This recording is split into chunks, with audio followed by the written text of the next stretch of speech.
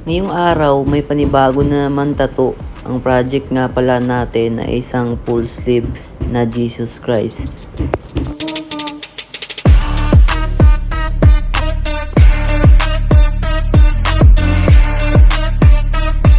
Kaya sa araw na ito lang ang natapos namin ni Bossing. Kasi medyo detalyado talaga. Kaya guys, sa pangalawang araw, pinagpatuloy na namin ni Bossing.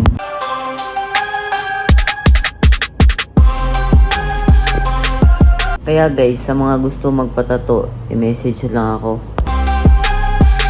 Ikaw guys, may design ka na ba? Comment mo nga sa comment section.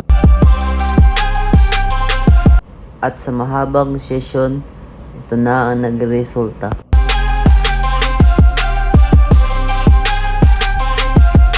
Kaya guys, huwag nyo kalimutan mag-like and follow. And comment naman kayo kung nagustuhan nyo.